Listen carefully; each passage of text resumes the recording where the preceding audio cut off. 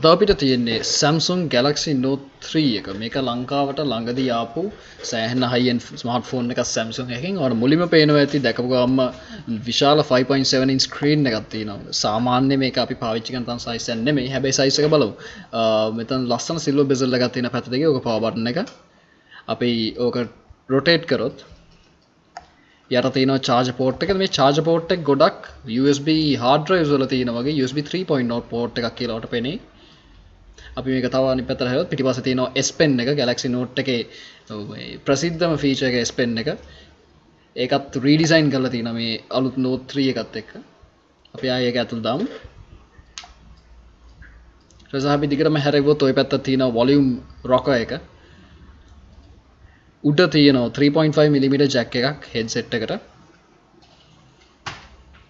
මෙන්න මේක තමයි මෙතන තියෙන ප්‍රධාන වෙනස. Samsung සාමාන්‍යයෙන් කරන්නේ ඒගොල්ලන්ගේ phones වල පිටිපස්සට plastic cover එකක් දානවා. මේ සැරේ leather stitched cover එකක් දාලා තියෙන්නේ. මේකෙන් ඇත්තටම සෑහෙන වෙනසක් වෙනවා. අපිට මේ phone එක අල්ලලා අතපත ගාලා බලනකොට ඇත්තටම ගොඩාක් premium feel එකක් තියෙනවා. දැන් අපි හරවලා බලමු screen එක කොහොමද කියලා. මේක full HD AMOLED screen එකක්. ඔයාලට පේනවා ඇති මේ screen එක සෑහෙන vibrant අන්තක accurate. අපි ඇත්තටම මෙතන brightness එක අඩුම කරලා තියෙන්නේ. මොකද නැත්තම් කැමරා එකට මේක pick up කරන්න අමාරුයි. කිසිම lag එකක් නැහැ මේ Samsung TouchWiz interface එක. ඒක නම් එච්චර වෙනස් වෙලා නැහැ අවුරුදු ගානක් තිස්සේ. කිසිම lag එකක් නැහැ. මේ lag එක නැත්තේ Exynos quad-core processor එකක හින්දා මේක අස්සේ තියෙන මේක 1.9 GHz quad-core processor එකක්. ඒකේ හින්දා බලාපොරොත්තු වෙනවා lag නැහැ කියලා. ඒත් lag එකක් නැහැ.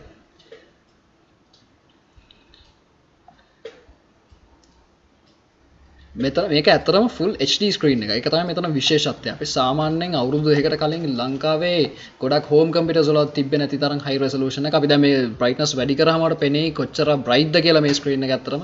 එච්චර brightness එකක් එක්ක මේ phone එක පාවිච්චි කරන්න තමයි. හැබැයි option එක තියෙනවා. මේ HD screen ලංකාවේ ගොඩක් home computers වල තාම නැහැ. ගොඩක් office computers වල නැහැ. ඒත් දැන් තියෙන phones මේ Samsung Note 3 ගත්තොත් මෙච්චර තියෙන phones වල power එක අනුව අපිට HD screens පාවිච්චි කරන්න පුළුවන්. මේ අපි specs බලුවොත් ඔයාලට පේන්නේ ARM Cortex A15 1.9 GHz processor එකක් තියෙනවා. cores 4ක් තියෙනවා. දැන් cores 4ම low power state එක තියෙන්නේ. system specs බලුවොත් Jelly Bean ඔක්කොම device information ටික තියෙනවා. 3GB of RAM මෙතන දාලා තියෙනවා. battery life එක තියෙනවා දැන් 62% ඔක discharging. අපි ඊළඟට sensors tab එකට. sensors tab එක මේක කොච්චර sensors තියෙනවද කියනවනම් මේක නිකන් NASA එකෙන් ඩිසයින් කරපු පොඩි satellite එකක් වගේ. මේකේ තියෙනවා linear acceleration, gravity. අපි භාගයට භාගයක් පාවිච්චි කරන sensors උත් තියෙනවා. මේක ඇත්තටම Note එක මම හිතන්නේ යුද්ධයට හොඳට පාවිච්චි කරන්න පුළුවන් phone එකක් වෙන්න ඇති. අපි අයියන් TouchWiz interface එක පොඩ්ඩක් බලන්න. TouchWiz මම කිව්වා වගේ එච්චරම වෙනස් වෙලා නැහැ. ඒකින් හින්දා Antutu කියන benchmark එක අපි fire up කරලා බලමු. Antutu කියන්නේ CPU, RAM, hard ඒ කියන්නේ storage හිටන් ඔක්කොම ටෙස්ට් කරන comprehensive benchmark එක. ඒක හින්දා අපි මේ benchmark එක දුවලා Samsung Galaxy Note 3 එක මෙච්චර powerful ද මේ power score එක කොහොමද අනිත් phones එක compare වෙන්නේ කොහොමද කියන එක අපි බලමු දැන් benchmark එක දුවලා.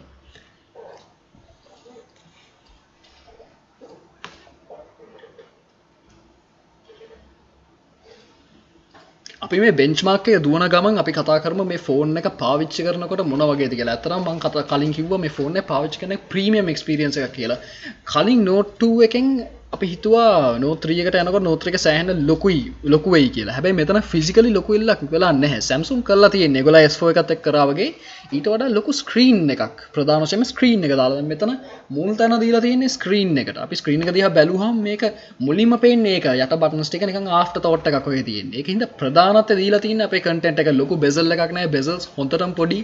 ඒකින්ද මේ සැරේ Samsung Galaxy Note එක ඇත්තටම නිකන් professional device එකක් වගේ. leather back එකකින් හින්දා අපිට බය නැතුව case එකක් ගන්න නැතුව අපිට සාක්කුවේ දාගෙනවත් යන්න පුළුවන්.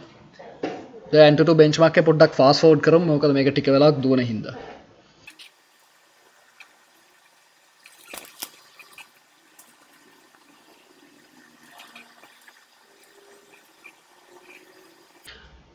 මෙතන වෙන්නේ Antutu ඒගොල්ලන්ගේ 3D benchmark එක run කරන එක. දැන් මම කලින් කිව්වා වගේ මේක full 1080p ඒ කියන්නේ HD 1920 into 1080 pixels තියෙන screen එකක්. ඒ කියන්නේ සෑහෙන high resolution එකක්. ඒත් මේ resolution screen එකේ වුණත් ඔයාලට පේනවා ඇති එච්චරම lag එකක් නැතුව මේ benchmark එක දුවනවා. ඒ දුවන්නේ මේකේ තියෙන Mali T628 MP6 කියන GPU එක අනුව මම numbers නම් එච්චරින් මේ numbers වලින් නම් ඕක එච්චර අඳුර ගන්න බෑ. හැබැයි benchmark score එක බලන්න. ඔතන තියෙනවා අපිට 34,236 එකෙන් සෑහෙන හයි ස්කෝර් එකක් පේනවා ඇති HTC One එකට ගොඩාක් ඉස්සරහින් S4 එකට ඉස්සරහින් කලින් ආපු Samsung Galaxy Note එකට ගොඩාක් ඉස්සරහින් අපි S2 එක දිහා බැලුවොත් ගියවදා ඒ කියන්නේ අවුරුදු දෙකකට තුනකට කලින් තිබ්බ හොඳම high end phone එකක් ඒකට සෑහෙන ඉස්සරහින් තියෙන්නේ ඇත්තටම Note එකත් එක්ක Samsung කරලා තියෙන්නේ Samsung Note 2 එක අරගෙන ඒක හැමතෙම improve කරලා ඒගොල්ලෝ specifications වැඩි කළා screen size එක වැඩි කළා experience එක ඊට වඩා පොඩ්ඩක් polish කළා මේක natural evolution එකක් Samsung Note 2 එකේ මෙතන අලුත් විශේෂත්වයක් නැහැ හැබැයි මෙතන හැමදේම ඊට වඩා හොඳ කළා S2 එකයි S3 එකයි S3 එකයි S4 එකයි අතර වෙනස වගේ තමයි මෙතන තියෙන්නේ අපි දැන් ගිහිල්ලා මේක ඇත්ත ඇප්ලිකේෂන් එකක් දුවලා බලමු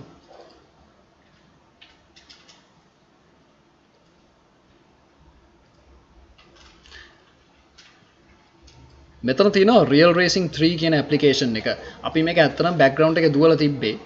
ෆෝන් එක ලැග් උනේ නැහැ ඒත්. ඒ කියන්නේ ඒ RAM එකෙන් කොච්චර බලපෑමක් තියෙනවද කියලා පේන්නේ Real Racing 3 කියන්නේ අවුරුදු ටිකකට කලින් NFS Carbon වලට වඩා පොඩ්ඩක් එහා graphics තියෙන එකක්. මේක දුවන්නේ මේ පේනවා ඇති මේ දුවන්නේ HD. හැබැයි කිසිම ලැග් එකක් නැතුව මේ real world gaming test එකක් මේ කිසිම ප්‍රශ්නයක් නැතුව දුවනවා. shadows particle physics ටික දුවනවා tire marks ඔක්කොම කිසිම අවුලක් නැතුව මෙතන render වෙනවා. drive කරන එක නම් පොඩ්ඩක් අමාරුයි. හැබැයි sensors ටිකත් ඔක්කොම වැඩ කරනවා කියලා අපිට confirm ගන්න පුළුවන්.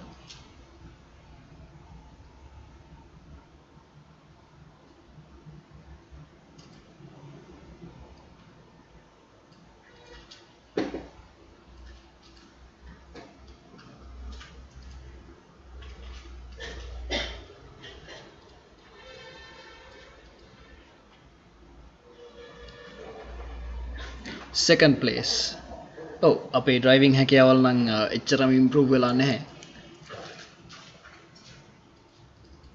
හැබැයි ඔයාලට පේනවා ඇති ඒ GPU එක හින්දා Samsung Galaxy Note 3 එකේ resolution එක ඔච්චර high වුණත් කිසිම lag එකක් නැහැ. මේක portable games machine එකක් හැටියට portable games console එකක් හැටියට සෑහෙන ප්‍රයෝජනවත් වෙනවා. දැන් අපි ටෙස්ට් කරලා බලමු කැමරා එක. Samsung Galaxy Note 3 එකේ තියෙනවා 13 megapixel කැමරා එකක්. 13 megapixel කැමරා එකක් කියන්නේ දැන් smartphones වල එච්චරම විශේෂත්වයක් නෙමෙයි. Samsung ඕක එච්චර ඇඩ්වර්ටයිස් කරන්නේ නැතුව අපි මේක ටෙස්ට් කරලා බලමු.